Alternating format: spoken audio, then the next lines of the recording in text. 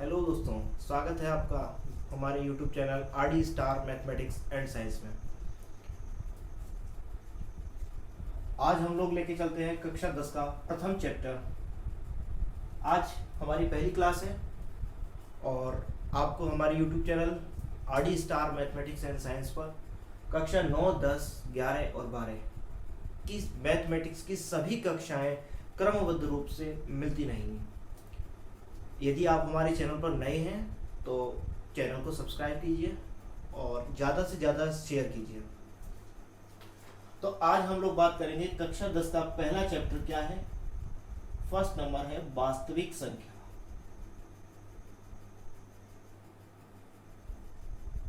वास्तविक संख्या, तो वास्तविक संख्या में हम लोग पढ़ेंगे यूक्लिड विभाजन प्रमेय का। क्या पढ़ेंगे? यूक्लिड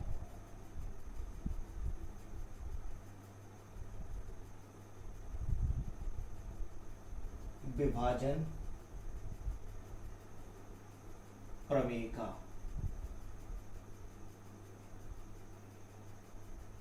इसे पढ़ने से पहले हम लोग कक्षा 9 में जो हम लोग पढ़ के आए हैं थोड़ा उस पर फोकस करते हैं।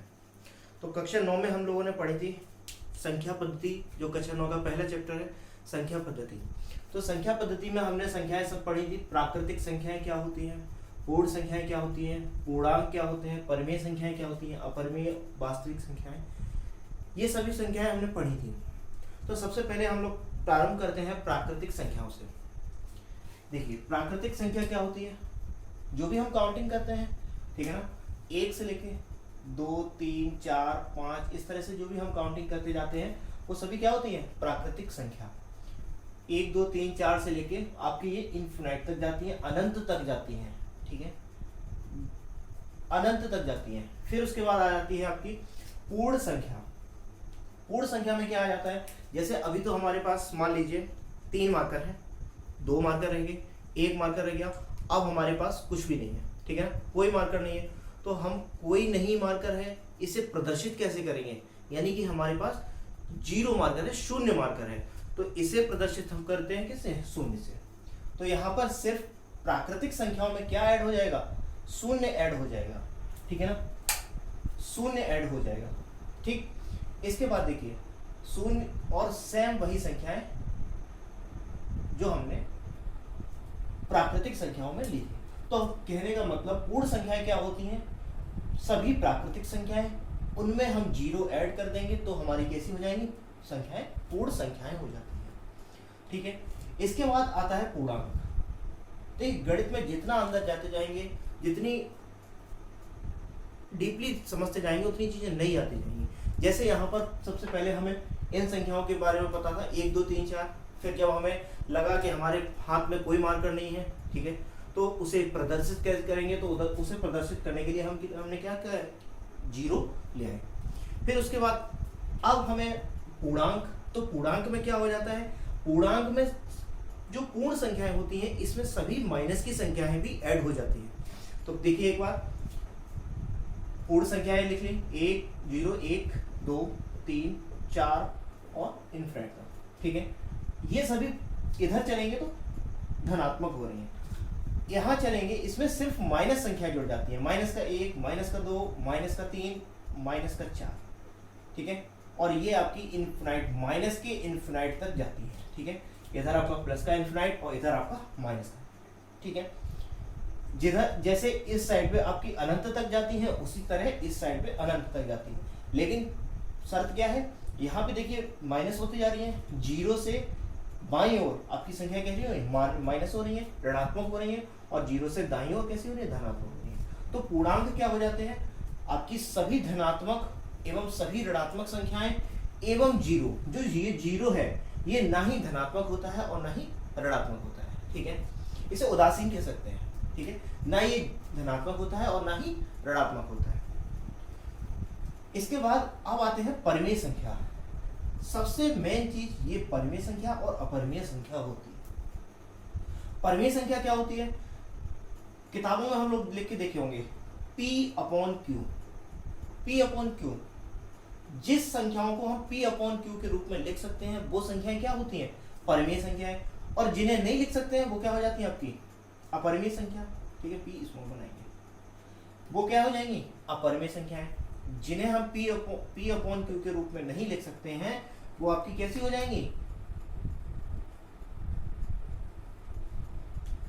जिन्हें हम p अपॉन क्यू के रूप में लिख सकते हैं वो आपकी परिमेय संख्या है, और जिन्हें हम p अपॉन क्यू के रूप में नहीं लिख सकते हैं वो क्या हो जाती है, अपरिमेय संख्या है। ठीक है, अच्छा अब मान लीजिए जैसे मैंने बताया था, जितना गणित में अंदर चलते जाएंगे चीजें नई मिलती जाएंगी। हम यहाँ पूर्णांक पर आए, अब हमें लगा परिमेय संख्या। परिमेय संख्या क्या होती है, जैसे मान लीजिए किसी व्यक्ति के पास 1.5 चॉकलेट है, मान लीजिए चॉकलेट ले लेते हैं, 1.5 चॉकलेट है, तो 1.5 मीन्स 1 से 1/5, सॉरी 1 से 1/2, यही हो गया ना 1.5। तो इसे हम जब साधारण भिन्न में चेंज करेंगे तो क्या हो जाएगा, 2 एकम 2 और 1 3, 3/2। ठीक है, तो ये क्या हो गई, जब ये बटे में संख्या आ गई, p अपॉन क्यू के रूप में आ गई, तो क्या हो जाती है, परिमेय संख्या हो जाती है। ठीक है, तो परिमेय संख्या में यहाँ पर शर्त भी होती है। शर्त क्या होती है, आपका जो p है वो भी पूर्णांक होना चाहिए। पूर्णांक, सभी पूर्णांक होंगे। ठीक है, कोई भी पूर्णांक, ये आपके पूर्णांक है, इनमें से कोई भी पूर्णांक हो सकता है p। ठीक है, और बटे में यानी कि हर में जो q है, q क्या होगा, वो भी एक पूर्णांक होगा, वो भी क्या होगा, पूर्णांक। लेकिन यहां पर एक शर्त है, जीरो को छोड़कर, जीरो को छोड़कर। अच्छा, जीरो को क्यों छोड़ दिया, मान लीजिए हम एक में अगर जीरो का भाग देते हैं तो इसका मान हम हमेशा पढ़ते आए हैं, इनफाइनाइट होगा, या अपरिभाषित बोल देते हैं, जिसे अपरिभाषित, जिसे परिभाषित नहीं किया जाता है, जिसे निकाला नहीं जा सकता। ठीक है, तो जब भी किसी भी संख्या में जीरो का भाग दे देते हैं तो क्या हो जाता है, अनंत हो जाता है, इनफाइनाइट हो जाता है, अपरिभाषित हो जाता है। ठीक है ना, तो इसलिए हम कभी भी p का मान, सॉरी q का मान जीरो नहीं ले सकते हैं। यदि आपका जीरो आ गया तो वो परिमेय संख्या नहीं मानी जाएगी। तो इसका रूल होता है कि आपका p भी एक पूर्णांक होगा और q भी एक पूर्णांक होगा। ठीक है, दोनों पूर्णांक होंगे, लेकिन जो q होगा वो q not equal to zero. एक ये लाइन याद रखना। तो क्या परिभाषा हुई, परिमेय संख्याएं वे संख्याएं होती हैं जिन्हें p अपॉन क्यू के रूप में लिखा जा सकता है, जहां p भी एक पूर्णांक होगा और q भी एक पूर्णांक होगा, लेकिन q not equal to zero, यानी q का मान जो है जीरो नहीं होना चाहिए। ठीक है, ये समझ गए। अब आप देखेंगे यहां से पूर्णांक में आप लोगों को एक चीज दिख रही होगी, क्या ये -4 के बटे में अगर 1 लिख देंगे तो कोई फर्क पड़ेगा इस पे, नहीं फर्क पड़ेगा, लेकिन ये परिमेय संख्या जरूर होगी। देखिए जरा, अंश और हर एक पूर्णांक है, यहाँ पे नियम क्या था, q भी एक पूर्णांक हो और p भी एक पूर्णांक हो, -4 भी एक पूर्णांक है और 1 भी एक क्या है, पूर्णांक है। तो यहाँ से देखिए, ये भी पूर्णांक हो, ये भी परिमेय संख्या। ठीक है, जीरो में 1 का भाग दे देंगे तो क्या हो जाएगा, जीरो हो जाएगा। ठीक है ना, जीरो भी एक पूर्णांक है और 1 भी एक पूर्णांक है। ये मत सोचना, यहाँ हमने क्या लिखा था, q not equal to zero. q यानी कि जो हर है उसमें कभी भी जीरो नहीं आएगा, अंश में आ सकता है। ठीक है, अंश में जीरो आ सकता है, यानी कि p का मान जीरो हो सकता है, लेकिन q का मान जीरो नहीं होगा। 1/1, 2/1, 3/1, 4/1, देखिए ये सभी परिमेय संख्या हो रही है। तो यहां से एक क्वेश्चन पूछ लेता है कभी कभार कि क्या परिमेय संख्याएं, जो परिमेय संख्याएं हैं, ठीक है, या इस तरह से जो सभी पूर्णांक हैं, आपके सभी पूर्णांक क्या परिमेय संख्या हो सकते हैं? बिल्कुल हो सकते हैं भाई। सभी के नीचे हम क्या कर देंगे, बटे। मान लीजिए आपकी ये 2 लिख दिए, तो क्या ये परिमेय संख्या नहीं होगी भाई? इसके नीचे हम क्या कर देंगे, बटे में 1। ठीक है, तो क्या हो गई, ये परिमेय संख्या हो गई। ठीक है ना, तो जो सभी पूर्णांक होते हैं वो आपके कैसे होते हैं, परिमेय संख्याएं होते हैं। ठीक है, इसके बाद आते हैं अपरिमेय संख्या। अब आप कहेंगे कि जब 2/1 भी परिमेय संख्या होगी, यहां से सभी परिमेय संख्या हो रही, तो फिर अपरिमेय संख्या के लिए क्या बचता है? अपरिमेय संख्याएं होती हैं जैसे आपका √2 हो गया, √3 हो गया, √4 हो, √4 नहीं होगा, √5 होगा। देखिए √4 को भी अभी समझाते हैं हम। ठीक है, √4 को भी लिख लेते हैं। ठीक है, इसे भी समझाएंगे, लेकिन ये अपरिमेय संख्या नहीं है, ये है परिमेय संख्या। ठीक है, कैसे हो है अभी हम बताते हैं इसके लिए। देखिए सबसे पहले under root 2, under root 3, under root 5 को देख लेते हैं। अब कुछ बच्चे दिमाग लगा रहे होंगे कि सर जब ये अंडर रूट 2 इसके बटे में 1 लिख दिया तो ये p अपॉन क्यू के रूप में हो गया, तो ये परिमेय संख्या क्यों नहीं हुई? अंडर रूट 3 बटे 1 ये परिमेय संख्या क्यों नहीं हुई? अंडर रूट 5 बटे 1 ये परिमेय संख्या क्यों नहीं हुई? इसका भी एक लॉजिक है, इसका भी एक कॉन्सेप्ट है। क्या है? देखिए, एक हर में ये तो आपकी परिमेय संख्या है, लेकिन अंडर रूट 5 जो अंश में है, अंडर रूट 3, अंडर रूट 2 ये आपकी पूर्णांक नहीं है। एक जो है ये तो पूर्णांक है, हर में क्या है? पूर्णांक है। लेकिन under root 2, under root 3, under root 5, जरा यहां देखिए पूर्णांक, पूर्णांक में क्या अंडर रूट की कोई भी संख्या आ रही है? नहीं आ रही है, तो ये कैसी होंगी? अपरिमेय संख्याएं होंगी। ठीक है, अब अंडर रूट 4 की बात कर लेते हैं। अंडर रूट 4 क्यों नहीं है? क्योंकि हम जानते हैं कि अंडर रूट 4 यानी कि 4 किस संख्या का वर्ग होता है? 2 का। ठीक है, 2 प्लस का भी हो सकता है और माइनस का भी हो सकता है। जैसे प्लस के 2 का वर्ग क्या होगा? 4, और माइनस के 2 का वर्ग भी क्या होगा? 4। ठीक है ना भाई, -2 गुणित -2 करेंगे तो माइनस माइनस प्लस हो जाएगा, और ये 4 प्लस का आ गया। ठीक है ना, तो ये चीजें बेसिक चीजें हैं, कक्षा 7-8 में पढ़ते हैं हम लोग। ठीक है ना, इसी तरह अंडर रूट 6 भी कैसी होगी? एक अपरिमेय संख्या होगी। ठीक है, अंडर रूट 7 भी एक अपरिमेय, अंडर रूट 8 भी एक अपरिमेय। ठीक है, अंडर रूट 9 एक परिमेय संख्या हो जाएगी। क्यों? क्योंकि अंडर रूट 9 का मान क्या हो जाता है? +-3। देखिए जरा, +-3 एक पूर्णांक हो गई, और पूर्णांक के बटे में अगर हम पूर्णांक लिख देंगे तो क्या हो जाएगा? p अपॉन क्यू के रूप में ये डिवाइड हो गई है, ये व्यक्त होगी p अपॉन क्यू के रूप में, और p अपॉन क्यू के रूप में यदि व्यक्त हो जाती है संख्या तो क्या हो जाती है? परिमेय संख्या। इतना समझ आया? इसके बाद अब चलते हैं हम लोग पाई के मान। पाई एक अपरिमेय संख्या है। ठीक है, लेकिन 22/7 ये परिमेय संख्या है। पाई एक अपरिमेय संख्या है और 22/7 एक परिमेय संख्या है। ठीक है, अब कुछ लोग सोच रहे होंगे सर हमने तो देखा है पाई बराबर लिखा होता है 22/7, हर जगह की बहुत से किताबों में देखा है, बहुत से सवालों को सॉल्व करने के लिए उसमें हिंट दी जाती है कि पाई बराबर 22/7 होगा।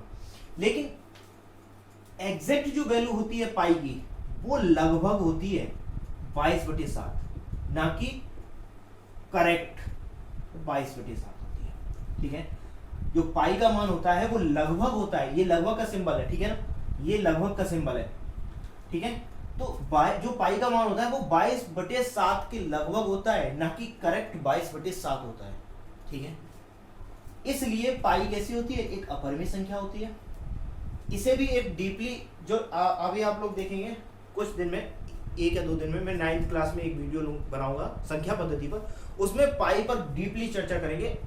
यदि आपको पाई अच्छे से समझनी है तो उस वीडियो में मैं आपको पूरी पाई के ऊपर एक पूरा सा अच्छे से पाई को समझाएंगे। पाई क्या है, पाई कहाँ से आई, ठीक है ना, पाई का मान कैसे होता है, ठीक है, पाई का मान किसने किसने निकाला है, ये पूरी उसमें हम डिटेल से चर्चा करेंगे।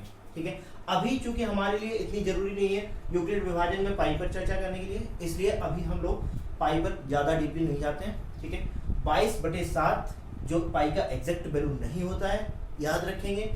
ठीक है, लगभग में होता है। हम लोग सवाल को सॉल्व करने के लिए पाई का मान 22/7 ले लेते हैं। ठीक है, इसके बाद चलते हैं हम आगे। इसके बाद आगे चलते हैं, और कौन सी संख्याएं अपरिमेय होती हैं? जैसे दशमलव के बाद 3.1 4 6 1 2 3, जिसमें ये संख्या जो कभी खत्म ही नहीं हो रही है। ठीक है, जो कभी खत्म ही नहीं हो रही है, ये कैसे होती है? अपरिमेय संख्या। एक आध उदाहरण ले लेते हैं। 2.4 1 4 3 2 1 0 1 0 0 1 0 0 0 1, ये कभी खत्म ही नहीं हो रही है, तो ये कैसी होती है? आपकी अपरिमेय संख्या होती है। ठीक है, अच्छा, दशमलव प्रसार भी हम आप लोगों को पढ़ाएंगे। 9th क्लास में आप लोगों ने पढ़ा है, अभी आपके 10th क्लास में भी दशमलव प्रसार आगे आएगा, तो उसमें और ज्यादा डीपली चर्चा करेंगे दशमलव प्रसार पे। उसमें आपको पता चलेगा शांत दशमलव प्रसार क्या होता है, अशांत दशमलव प्रसार क्या होता है, फिर अशांत दशमलव प्रसार में भी अशांत आवर्ती दशमलव प्रसार क्या होता है, अशांत अनावर्ती दशमलव प्रसार क्या होता है। ठीक है, वहां से परिमेय संख्याएं और अपरिमेय संख्याएं आपस में बट जाती हैं। ठीक है, तो वो उस पर भी डीपली चर्चा करेंगे। ठीक ठीक है, आगे वाली वीडियो में जब हम 1.3 या 1.4 कर रहे होंगे। ठीक है, अभी हम लोग यूक्लिड विभाजन प्रमेय कर रहे हैं, तो इतना हम लोग कक्षा 9 में पढ़ के आए हैं, उसको एक बार रिवीजन कर रहे हैं। अच्छा, अब आती है आपकी वास्तविक संख्या। वास्तविक संख्याएं क्या होती हैं? आपकी परिमेय संख्याएं और अपरिमेय संख्याएं के मिलाकर वास्तविक संख्याएं बनती हैं। जो आपकी जितनी भी परिमेय संख्याएं हों, चाहे वो आपकी अपरिमेय संख्याएं हों, उन दोनों को जब मिला देंगे तो आपकी क्या बनेगी? वास्तविक संख्याएं। एक चीज और यहां से देखेंगे, क्या सभी प्राकृतिक संख्याएं वास्तविक संख्याएं होती हैं क्या? सभी प्राकृतिक संख्याएं वास्तविक संख्याएं होती है भाई यहाँ पे हम बटे में 1 लगा देंगे, बटे में 1 लगा देंगे, बटे में 1 लगा देंगे, ये परिमेय संख्या हो गई। और परिमेय संख्या क्या होती है? वास्तविक संख्याएं होती है। ठीक है ना? इसी तरह पूर्ण संख्याओं की बात करेंगे कि सभी पूर्ण संख्याएं परिमेय संख्याएं होती हैं, तो हम बटे में 1 लगा देंगे। ठीक है, तो ये क्या हो गई? ये सभी परिमेय संख्या हो गई। इसी तरह पूर्णांक को मैंने आपको बताया है, और परिमेय संख्या होती है। अब कभी ये पूछ लिया जाए कि सभी वास्तविक संख्याएं अपरिमेय संख्याएं हो सकती हैं या सभी वास्तविक संख्याएं परिमेय संख्याएं हो सकती हैं, तो ये गलत है। ये कैसे गलत है कि सभी अपरिमेय संख्याएं वास्तविक संख्याएं हो सकती हैं, परिमेय संख्याएं सभी वास्तविक संख्याएं हो सकती हैं, लेकिन सभी वास्तविक संख्याएं अपरिमेय संख्या या परिमेय संख्या नहीं हो सकती है। ठीक है ना? जो सभी वास्तविक संख्याएं हैं वो या तो केवल परिमेय संख्याएं नहीं हो सकती हैं, ठीक है, या तो केवल अपरिमेय संख्याएं नहीं हो सकती हैं। ठीक है, इन दोनों को मिलाकर वास्तविक संख्याएं बनती हैं। ठीक है, चलिए अब चलते हैं हम लोग यूक्लिड विभाजन प्रमेयिका पे। यूक्लिड विभाजन प्रमेयिका में हम लोग पढ़ेंगे यूक्लिड विभाजन प्रमेयिका। पहला चैप्टर आपका क्या है? यूक्लिड विभाजन प्रमेयिका, जो एक्सरसाइज 1.1 है, उसमें हम लोग पढ़ेंगे यूक्लिड विभाजन प्रमेयिका। तो यूक्लिड विभाजन प्रमेयिका है, इसके लिए हमने कुछ सवाल लिए हैं समझने के लिए। पहले 4 सवाल के माध्यम से समझेंगे कि प्रमेयिका क्या है। भाग तो अपने बचपन से सीखते आए हैं। ठीक है, बहुत ही छोटे भाग लिए हैं मैंने। सबसे पहले देखते हैं 4 का भाग 27 में, तो क्या है? कितनी बार जाएगा? 6 बार, बचा 3। ठीक है, इसी तरह 5 का भाग कितना? 6 बार जाएगा, 5 6 30, बचा 1। शेषफल क्या बच रहा है? 1। ठीक है, 3 का भाग 7 में जाएगा, 3 का भाग 21 में जाएगा, 7 बार 21, शेषफल क्या बचा? 0। ठीक है, इसी तरह 5 का भाग 4 में, देखिए 5 का भाग दशमलव में जाएगा। ठीक है ना? तो हमें दशमलव नहीं लेना है। ठीक है, दशमलव नहीं लेना है। क्या करना है? हमने इस तरह पढ़ा 5 × 5, 5 × 2 = 10, 5 × 3 = 15। इससे पीछे लौट के चलेंगे। 5 × 1 से पहले 0, तो 5 का 0। ठीक है, तो कितनी बार जाएगा? 0 बार जाएगा। यहाँ भी 0 होगा, बटे 5, यहाँ पे 0 हो गया। ठीक है, 4 में से 0 गया, तो शेषफल क्या बचा? 4। ठीक है, अब देखते हैं, यहाँ पर देखेंगे हम कि जो 27 है, ये वाला, ये जो 27 है वो किसके बराबर होगा? इन दोनों के मल्टीप्लाई के बराबर होगा। 4 × 6 और प्लस रिमाइंडर, शेषफल। रिमाइंडर कितना है? 3। देखिए जरा, 4 × 24 और 3 27। इसी तरह यहाँ देखो 31 जो है वो किसके बराबर होगा? 5 × 6, इन दोनों का मल्टीप्लाई, 5 × 6 और प्लस आपका रिमाइंडर 1। ठीक है, यहाँ पर भी देखिए जो 21 है वो किसके बराबर होगा? 3 × 7 प्लस 0। ठीक है ना? 3 × 7 प्लस 0। ठीक है, इसी तरह यहाँ पर भी देखेंगे हम, जो 4 है वो किसके बराबर होगा? 5 × 0 और प्लस रिमाइंडर यानी 4। ठीक है, देखिए जरा, 5 के 0 में करेंगे तो 0 हो गया, इधर 4 रह गया, इधर भी 4 है आपका। 3 × 7 = 21 में 0 जोड़ेंगे तो 21 ही रहेगा। 6 × 5 = 30 और 1 = 31 होता है। 4 6 × 24, 24 और 3 27 होता है। ठीक है, यानी कि इसके बराबर हो रहा है। तो यहाँ से एक हम लोग क्या देख रहे हैं, ये हमेशा क्या होती है आपकी, जिससे भाग दे रहे हैं वो क्या होती है आपकी? भाजक। क्या होती है? भाजक। जिसमें भाग दे रहे हैं वो क्या होती है आपकी? भाज्य। ठीक है, जिससे भाग दे रहे हैं वो भाजक, जिसमें भाग दे रहे हैं वो आपकी भाज्य, और जो आपका भाग देने पर जो संख्या मिल रही है वो आपकी क्या है? भागफल। ठीक है। और ये जो आपका शेषफल बचा है ये आपका शेषफल होता है, ठीक है। भागफल को हम लिखेंगे क्यू, क्वेश्चन क्यू से लिख देते हैं, रिमाइंडर आर से लिख देते हैं, ठीक है। यहां देखेंगे 27 और 4 को कैसे लिखेंगे, 27/4 लिखते हैं, सॉरी 27/4, ए इसे लेते हैं और बी इसे, यानी कि आपका जो भाज्य है उसे क्या ले लिया हमने ए, और जो भाजक है उसे बी, ठीक है ना। ये कॉन्सेप्ट ध्यान रखेंगे, जो अंश में उसे ए लिख लिया और भर में जो है उसे बी, तो यानी कि जो भाज्य हो गया आपका वो आपका ए हो गया और भाजक आपका बी हो। इसी तरह यहां देखो ये आपका भाज्य, ये आपका भाजक है, ये आपका भाज्य, और ये क्या है भागफल, और ये शेषफल। तो यहां पर कॉन्सेप्ट क्या बना आपका, 27 क्या है भाज्य है, भाज्य है ना 27, बराबर 4 क्या है आपका भाजक है, इंटू 6 क्या है आपका भागफल है, प्लस 3 क्या है शेषफल, ठीक है ना। ध्यान से देखो भाज्य बराबर भाजक गुणित भागफल प्लस शेषफल, कुछ याद आ रहा होगा कि हम लोगों ने ये पढ़ा हुआ है, ठीक है ना। जो भाग का प्रोसेस होता है वो क्या होता है, भाज्य जो होता है वो भाजक गुणित भागफल प्लस शेषफल के बराबर होता है। तो यहां से देखेंगे भाज्य हमने क्या लिया है, भाज्य ए है, बराबर भाजक क्या है आपका बी है, गुणित भागफल क्या है आपका क्यू है, प्लस शेषफल क्या है आपका आर, ठीक है ना। शेषफल क्या है आर, ये जरा देखिए बी क्यू प्लस आर, यही आपकी क्या होती है यूक्लिड विभाजन प्रमेयिका, यही आपकी क्या होती है यूक्लिड विभाजन प्रमेयिका। इसमें थोड़ा सा और देखेंगे, जो आर होती है, ये जो आर है वो क्या होगा, यहां पर एक चीज बताइए मुझे, ये जो शेषफल है ये कभी भी आपके भाजक से बड़ा होगा क्या, शेषफल कभी भी भाजक से बड़ा होगा, अगर भाजक से बड़ा आएगा तो वो संख्या में एक बार और भाग चला जाता, ठीक है। अगर मान लीजिए यहां पर शेषफल 4 आता है, इसमें नहीं करते हम लोग, इस वाले में कर लेते हैं, यहां पर ज्यादा यहां पर कर लेते हैं। जैसे मान लीजिए यहां पर अभी आपका शेषफल मान लेते हैं हम 5 आएगा, ठीक है, शेषफल मान लेते हैं, आएगा नहीं मान लेते हैं, तो 5 में फिर से भाग चला जाएगा भाई। अगर शेषफल 5 आया भाजक के बराबर आया तो 5 एक बार फिर चला गया ना भाग, तो फिर क्या शेषफल बचेगा 0, शेषफल से हमें मतलब है, ठीक है। तो यहां पर ऐसा नहीं होगा, ठीक। तो जो आपका रिमाइंडर है, जो रिमाइंडर है शेषफल है, वो कभी भी आपके भाजक से बड़ा नहीं बचेगा, ठीक है ना, कभी भी भाजक से बड़ा नहीं बचेगा और कभी भी माइनस नहीं आएगा।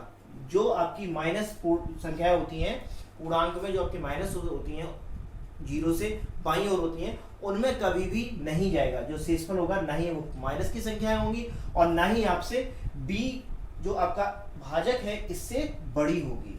तो यहां पर क्या कॉन्सेप्ट समझ में आया हमें कि जो आर है वो हमेशा छोटा रहेगा किससे, बी से। जो आर है, जो आपका रिमाइंडर है शेषफल है, वो हमेशा किससे छोटा होगा, बी से, ठीक है। और आर जो है वो हमेशा कैसा होगा, बड़ा होगा 0 से, ठीक है। और बराबर भी हो सकता है, देखिए ये कंडीशन में 0 हो गया, यानी कि आर बराबर 0 के आ रही। यहाँ पे देखिए जो आर है वो 0 से बड़ा हो रहा है, ठीक है ना, 0 से बड़ा हो रहा है। अब एक चीज यहां से देखेंगे, एक बात बताइए मुझे, क्या इसे इस तरह से नहीं लिख सकते हैं कि 0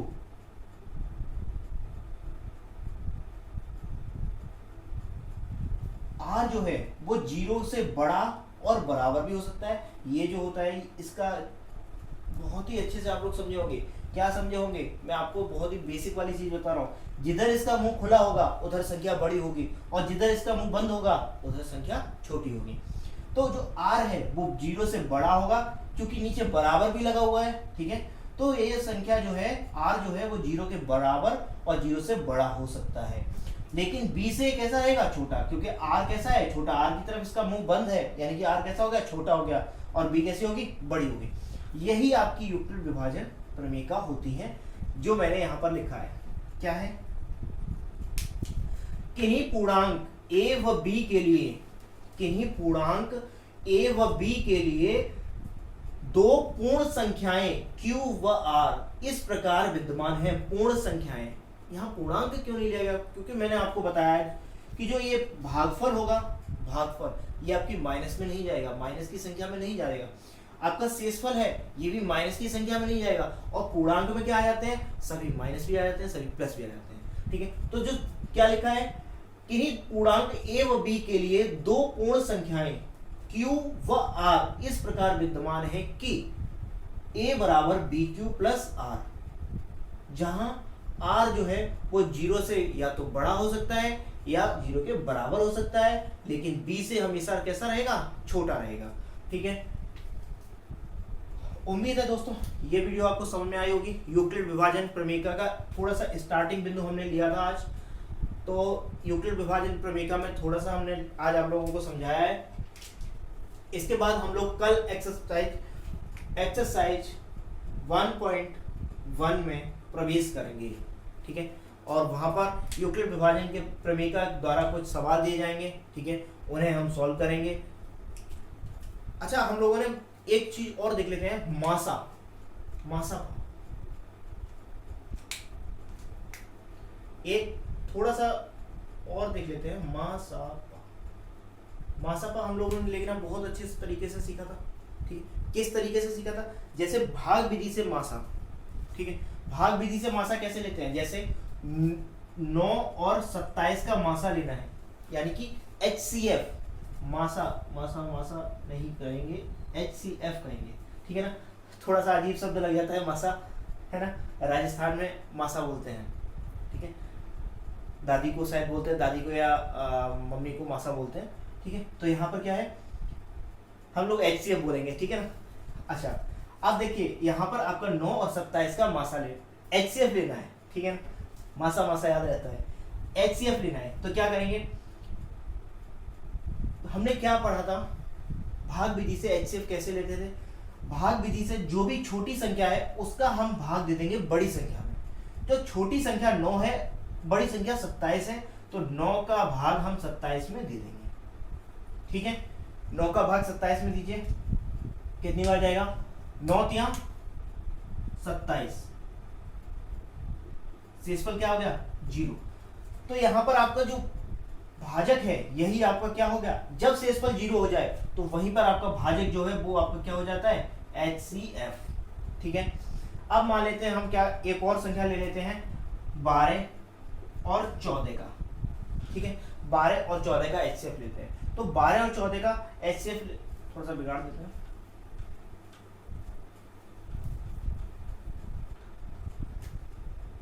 12 और 14 का HCF